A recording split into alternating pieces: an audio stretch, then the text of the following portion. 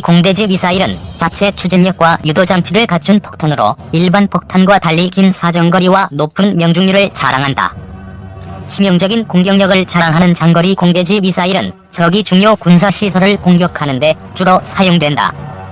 지난 1991년 걸프전부터 사용되기 시작한 장거리 공대지 미사일은 아프간전과 이라크전을 거치면서 항공전의 핵심 무기 체계로 등장하여 전투기와 조종사의 생존성을 높이는 무기. 재래식 폭탄의 경우 공중에서 투하 시 전투기의 고도와 속도 그리고 대기의 영향에 따라 명중률이 좌우된다. 또한 이동하는 목표물의 경우 명중률이 낮아 많은 양의 폭탄을 사용해야만 했다. 이밖에 사거리가 짧기 때문에 전투기는 위험을 무릅쓰고 적의 방공망을 돌파해 폭탄을 투하해야만 한다. 하지만 장거리 공대지 미사일은 정밀한 유도 장치를 장착해 외과 수술과 같은 정밀한 공격이 가능하다. 특히 단한 발로도 높은 명중률과 공격 효과를 기대할 수 있다. 또한 자체 추진 장치를 장착해 적의 방공망 밖에서 공격이 가능하기 때문에 전투기와 조종사의 생존성을 높일 수 있다. 지난 1998년부터 독일과 스웨덴이 공동 개발한 타우러스 미사일은 사거리가 500km 이상으로 2005년부터 독일과 스페인 공군에서 운용 중에 있다. 타우러스 미사일은 관성항법 장치와 군용이 성항법 장치 그리고 영상 기반 항법 장치와 지형 참조 항법 장치를 조합한 트리테크로 불리는 독특한 3중 복합 유도 장치를 사용한다. 이러한 3중 복합 유도 장치는 하나 혹은 두 가지 유도 장치에 고장이 발생하거나 GPS 전자전 공격을 받더라도 나머지 장치들을 사용함으로써 미사일은 지속적으로 목표물을 공격할 수 있게 된다. 영상 기반 항법 장치와 지형 참조 항법 장치는 미사일이 목표물까지 비행하는데 사용되는 유도 체계이다. 비행 경로 상에 위치한 특정 지역의 항공 및 위성 이미지를 좌표와 함께 미사일에 사전 입력한 후 미사일이 해당 지점에 도달하면 장착된 열 영상 장치를 통해 지형을 촬영하여 입력된 이미지와 좌표를 대조하며 미사일의 현재 위치를 파악하는 항법 체계다. 이러한 방식을 사용한 타우러스 미사일은 지형을 따라 저공 비행을 할 수 있어 적이 레이더에 발견될 확률이 적다. 목표물을 공격하는 단계에서는 열 영상 장치가 미리 입력된 목표물 이미지와 대조하여 미사일을 유도한다. 이때 입력된 이미지를 단순히 쫓아 공격하는 것이 아니라 목표물 주변 각종 지형 지물의 외형을 선으로 모델화한 후 정확하게 목표물을 식별하고 공격한다. 이러한 체계를 사용하는 타우러스 미사일은 2에서 3m의 놀라운 정확도를 자랑한다. 미사일의 외형은 설계 당시부터 스텔스 성능을 고려해 적방공망에 대한 생존성을 극대화하고 있다. 또한 미사일 발사 후에도 링크 16 등의 군용 데이터 링크나 군용 및 민간 위성을 활용해 공격 목표의 변경이 가능하다. 타우러스 미사일은 중앙에 메피스토 특수 폭탄을 장착하고 있으며 좌우에 연료와 임무 정비들을 탑재한다. 출처 타우러스 시스템사. 메피스토는 지능형 신관을 이용해 목표물의 특성에 맞게 적절한 시점에 폭탄이 폭발한다. 출처 타우러스 시스템사. 오늘날 중요 군사시설물은 적의 공습에 대비해 지하 깊숙한 곳에 위치하거나 강화 콘크리트로 방어되어 있다. 이러한 군사시설물을 공격하기 위해 타우러스 미사일은 특수 폭탄을 장착하고 있다. 메피스토라는 별칭을 가진 특수 폭탄계 대희곡 파우스트에 등장하는 독일 전설의 악마 이름에 유래를 두고 있다. 메피스토는 관통 탄두와 침투 탄두로 구성되어 있으며 중량은 480kg에 달한다. 가장 큰 특징으로는 지능형 신관을 이용해 목표물의 특성에 맞게 적절한 시점에 폭탄이 폭발한다는 점이다. 지하 시설물을 공격할 경우 관통 탄두가 폭발해 침투 폭탄이 지표면 아래로 침투하게 한다. 지하 시설물의 빈 공간을 인식한 지능형 신관은 침투 탄두의 폭발을 지연시키고 파괴시켜야 할 지점에서 침투 탄두가 정확하게 폭발하도록 한다. 메피스토는 최대 6m의 강화 콘크리트를 관통하여 공격할 수 있으며 중량 900kg에 해당하는 폭탄과 대등한 관통력을 자랑한다.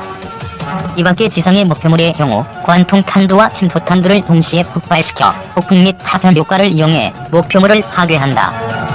우리 공군은 AGM-142 하바이 중거리 공대지 미사일과 AGM-84H/ER 장거리 공대지 미사일을 운영 중에 있다. F-4E 전투기에서 운용되는 하바이 미사일은 1990년대 중반부터 도입되었다. 사거리는 최대 100km에 달하지만 도입된 지 20여 년이 가까워지면서 미사일의 노후화가 진행 중이다. 슬램-ER 미사일은 지난 2005년 F-15K 전투기와 같이 도입되었다. 최대 사거리가 270km에 달하지만 도입된 수량이 40여 발에 불과했다.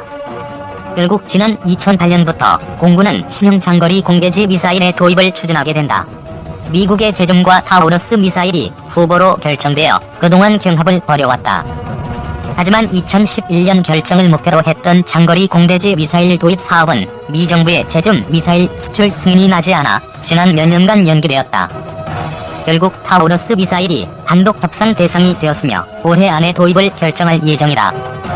유형 장거리 공대지, 지대지 순항 미사일 중량 1400kg 길이 5.1m 직경 1.1m 탄두 480kg 엔진 윌리엄즈 P8300-15 터보팬 날개 폭 2.0m 사거리 500km 이상 비행고도 30에서 40m 속도 마하 0.8-0.95 유도장치 트리테크 제작사 토러스 시스템즈 GmbH 흑임대형 사단법인 한국국방안보 포럼 연구위원, 인텔엣지 주식회사 국방조사팀 팀장, 디펜스 타임즈 코리아 편집위원. 방위사업청, 타우러스 공대지 미사일 도입 추진. 정부가 장거리 공대지 순항 미사일로 유럽의 타우러스 KEPD-350K 도입을 추진한다.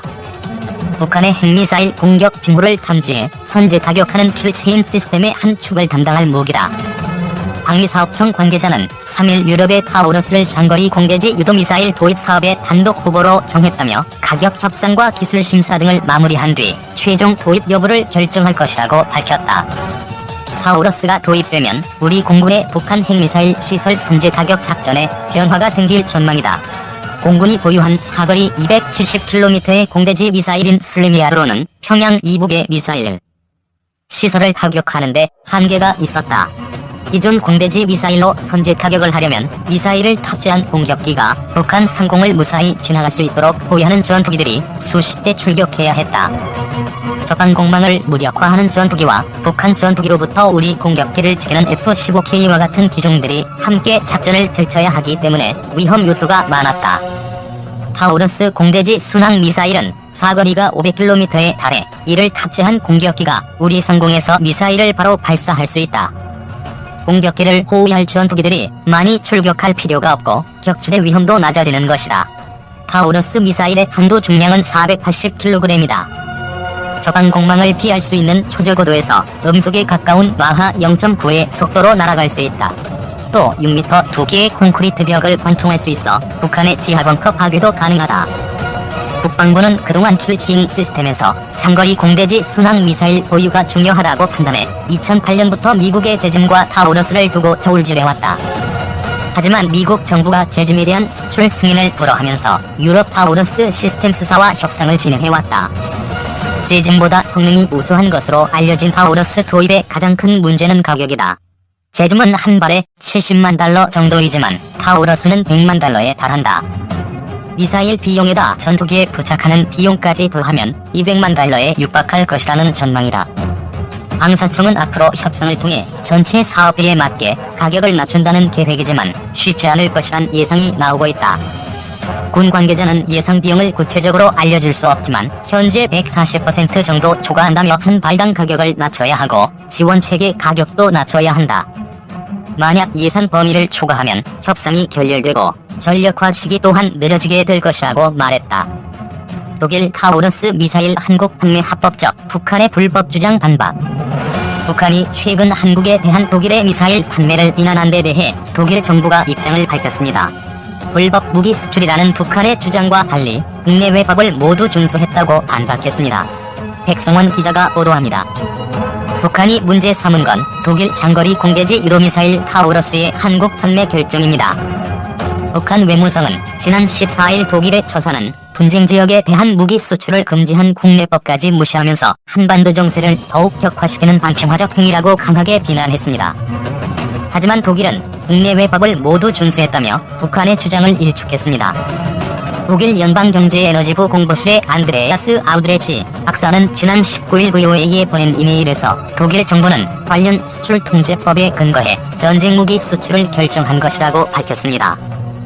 특히 독일 정부가 2000년 1월 19일 채택한 전쟁 무기와 다른 전쟁 물자 수출을 위한 정치 원칙과 유럽연합이 2008년 12월 8일 군사 기술과 장비 수출 통제에 관한 일반 규칙을 정의한 공동 입장에 따른 것이라고 확인했습니다. 아우드레치 박사는 독일이 타우러스 미사일 수출과 관련해 국제사회의 무기 금수를 준수했다고 거듭 강조했습니다. 독일산 무기인 타우러스는 사거리 500km가 넘는 장거리 순항 미사일로 군사 분계선을 넘지 않고도 북한 전역을 사정권 안에 넣을 수 있습니다. 한국 군 당국은 올해 말부터 내년 상반기까지 타우러스 170여 발을 수입해